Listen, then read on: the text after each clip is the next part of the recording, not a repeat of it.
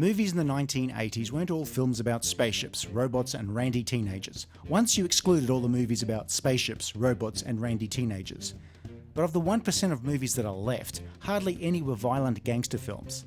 Thankfully, here's a 1987 gangster film that redresses the balance, The Untouchables.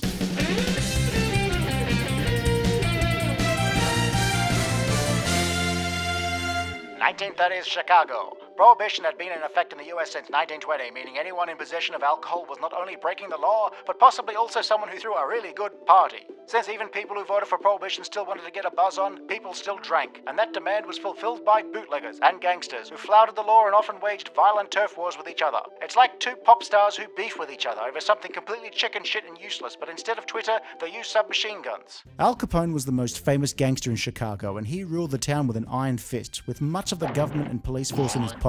Metaphorical pockets, because unless his jackets were XXL, he could have fitted at best, I don't know, 1 or 2 hands. The US Department of the Treasury was, for various reasons, tasked with dealing with the problem in Chicago, and enter one of their agents, ELLIOT NESS, a young crusader, played by Kevin Costner, a young crusader in his breakout role. Ness is overly serious, prone to flowery speeches, and a natty dresser. He's made it his sworn duty to take down Al Capone, played through the years by many actors, but rarely as memorably as Robert De Niro in The Untouchables. In the 80s, old-school gangsters were a bit on the nose, so we didn't see too many films in that genre, apart from director Brian De Palma, who, when he wasn't out creeping Hitchcock, made 2 gangster classics. 1983's Scarface, which was a remake of a 1930s film inspired by the life of Al Capone, transposed to 1980, to another film in 1987, which was set in the 1930s about the actual Al Capone, but confusingly enough not called Scarface, though it was based on the old Untouchables TV series about Treasury agents during Prohibition, facing off against a gangster who was only inspired by Capone but not Capone. My head hurts. Written by David Mamet, The Untouchables is both inspired by real-life events in 1930s Chicago and a popular late 50s TV series starring Robert Stack. The plot is simple. Ness comes to Chicago, finds the place stinks like raw fish left on the radiator for a week, with corruption a way of life. I have forsworn myself. I have broken every law I swore to defend. I have become what I beheld, and I am content that I have done right. Ness forms a small team of people he can trust, and eventually they manage to get enough evidence to bust Al Capone. The group become known as the Untouchables, not because they are ghostly manifestations, but because they can't be bribed. Jesus Christ, can't touch this. Malone, played with style by Sean Connery in one of his few supporting roles, an honest if blunt cop mentoring Ness on how to catch lawbreakers in Chicago, which is to break the law. Want to get Capone? Here's how you get him. He pulls a knife, you pull a gun. He sends one of yours to the hospital, you send one of his to the morgue. That's the Chicago way.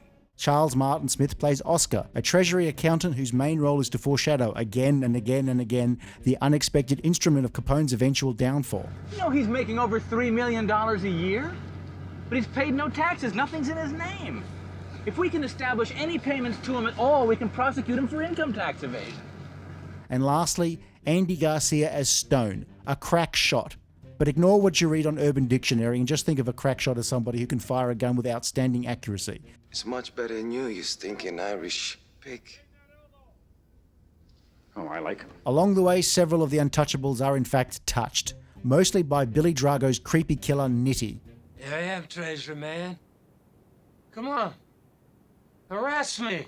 And Capone is caught up by an accounting error, the sort you can avoid by using Stam Fine's new accounting software, COOKBOOKS. We guarantee only 80% of users will ever see the inside of a jail cell.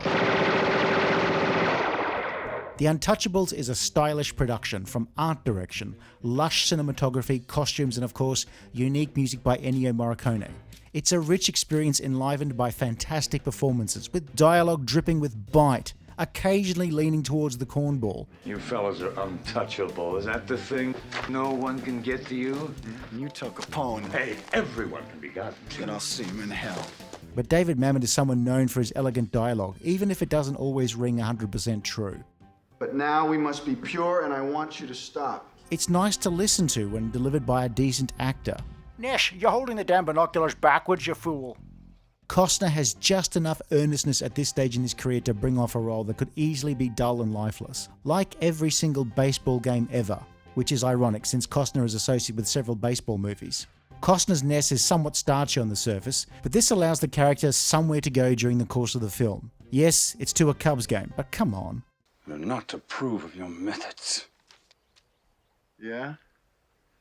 Well, you're not from Chicago.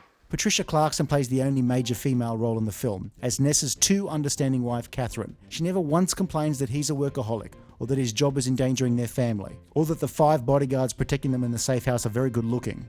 It's a guy film, but apparently despite its violence, restrained for a De Palma film, had a 50-50 gender split during its initial run in theatres. So it's a date movie. A message from my wife. Gangster movies weren't always popular with the public or critics. For every Godfather or Goodfellas, there's a half-dozen soulless clones with hot young stars playing dress-up. Untouchables is a unique gangster film in that it's a film about law enforcement taking on gangsters, usually a recipe for boredom, which is handy for sleep-deprived people during baseball's off-season. You carry a badge? Yes? Carry a gun. Untouchables is eminently quotable. Where is Nitty? He's in the car. A fancy way of saying you remember bits from it in the days before memes, and it's a film ripe for parody. De Niro's Capone is the gold standard Capone, the Capone by which all other Capones will be judged. A Capone's Capone. What's the matter? You afraid to come out from behind your men? You afraid to stand up for yourself? You want to do it now? You want to go mad now? And Connery's Malone is so charismatic you sort of forget that anyone else is in the goddamn sheen. Geez, Kevin Costner was in this, and Andy Garcia? Who knew? It's nice being married, eh? Yes. She's sitting in some room surrounded by people she doesn't know. Untouchables is witty, engaging, and entertaining in a way that many films in its genre aren't. Watch it for the action, or the charismatic cast, or the iconic dialogue. I want him dead. I want his family dead. I want his house burnt to the ground. I want to go to the middle of the night. I want to piss on his ashes. I mean, 1987 was a pretty decent year for movies, with Wall Street, Good Morning Vietnam, The Last Emperor, Moonstruck, Princess Bride, Robocop. So Untouchables is in good company. If you really want to get into the spirit, watch it with friends while sharing a bottle of turpentine. Here endeth the lesson. If you enjoyed this video, be sure to like and subscribe, leave a comment below, or check out some of our other videos. Can't touch this. Can't touch this. Can't touch this.